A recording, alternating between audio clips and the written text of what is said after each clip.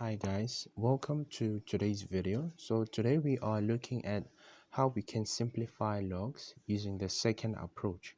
Right, so now before we start with simplifying the expression, let us go back to our log laws and revise them. Right, so these are our log laws. Remember, for you to apply these two laws, these two terms must be different from each other, right? So they must be different from each other. So for an example, if you have the common mistake that most students make, let's say that you have log 2 base x plus log 2 base x. So now you cannot apply these laws if you have this type of an expression. Why? Because these are like terms.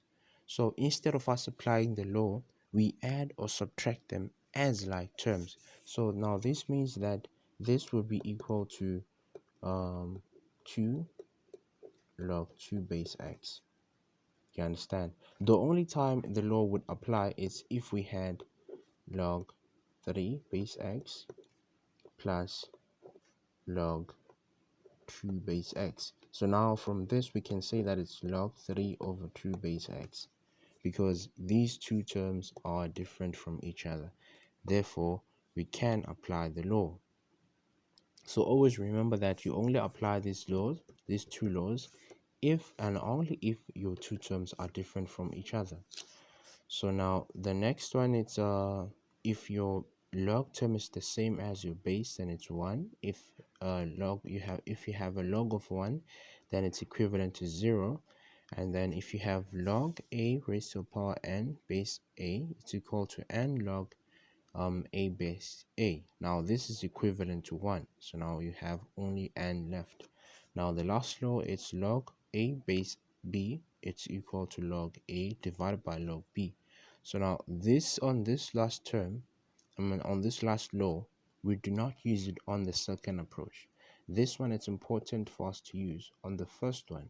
So remember, on our first approach, you will be given a log term and a base that are very different from each other, that even if you convert the log term to its simplest prime factor, it would still not be in proportion with your base. Now what I mean by this is, if we have log of 3 base 4, now there is no way you can convert these 3 to be in proportion with this 4. So now this would mean we would apply and say 3 over log 4.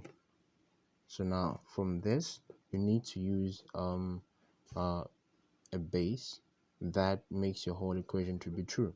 So I choose to use if I use 4, right, on all of them, so now it means that I'll be left with log 3 base 4. So it's taking me back to the original. If I use log 3 then log 4 of base 3.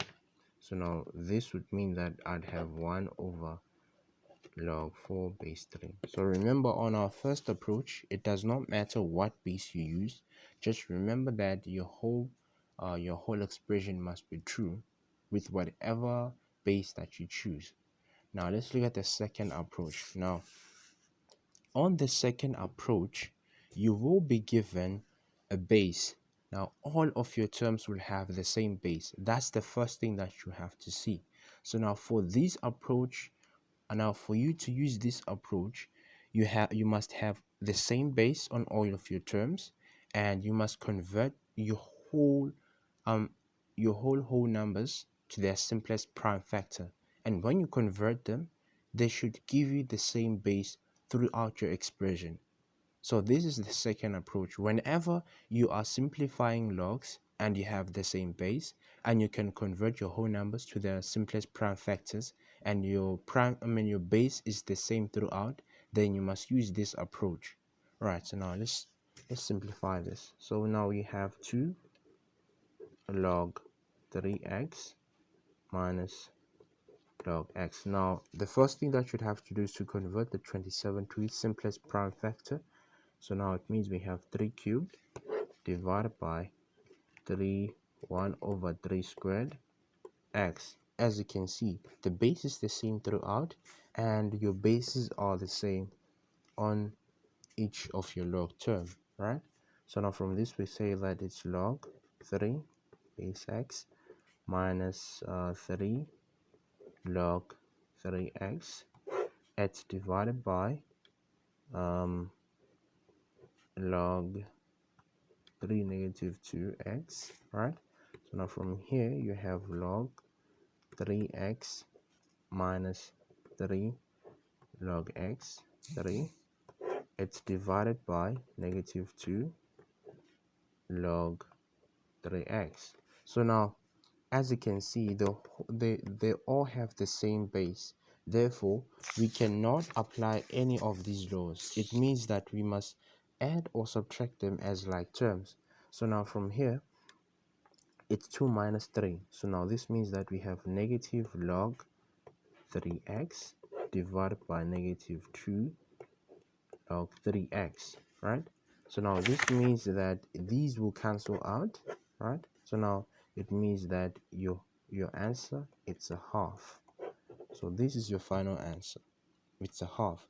So remember, on this on this approach, you use it if you are given a question whereby you have the same base throughout, and when you convert all your whole numbers, they'll all have the same base. Now let's look at another example that we have. Right. Right, let's look at this question. Right, so again, let's look at this question. As you can see, you have the same base throughout, right? So the first thing that you'd have to do is for you to convert all of your whole numbers to the simplest prime factor, right? So now let's convert them. So you have log 3 squared base x plus log 3 to the power 4 base x plus log 3x divided by log, now 2, it's 3 to the power 7 base x. So as you can see, your bases are the same for your entire expression, and if you can look properly, our bases are the same in every log term that we have. Therefore, it is applicable for us to use the second approach. Right, so now from here we have 2 log 3 base x plus log 4 3 base x plus log 3 base x is divided by 7 log 3 base x. So now from here we add or subtract like terms, right? If we can look at this, these are the same, right? They're all the same. So we add them or subtract them as like terms. Now this means that if we had a subtraction sign here, we would subtract them, but since we have an addition sign, it means that we must add them, right?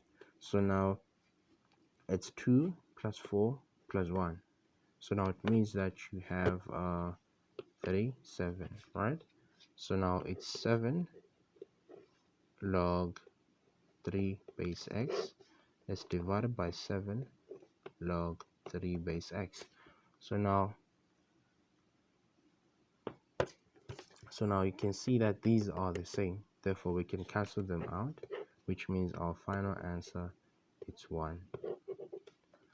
Right, so as you can see, you must always make sure that your bases are the same in that particular expression that you are given, and the next thing that you are going to do is to convert all of your whole numbers to their simplest prime factor, and this would mean that all of your bases are the same.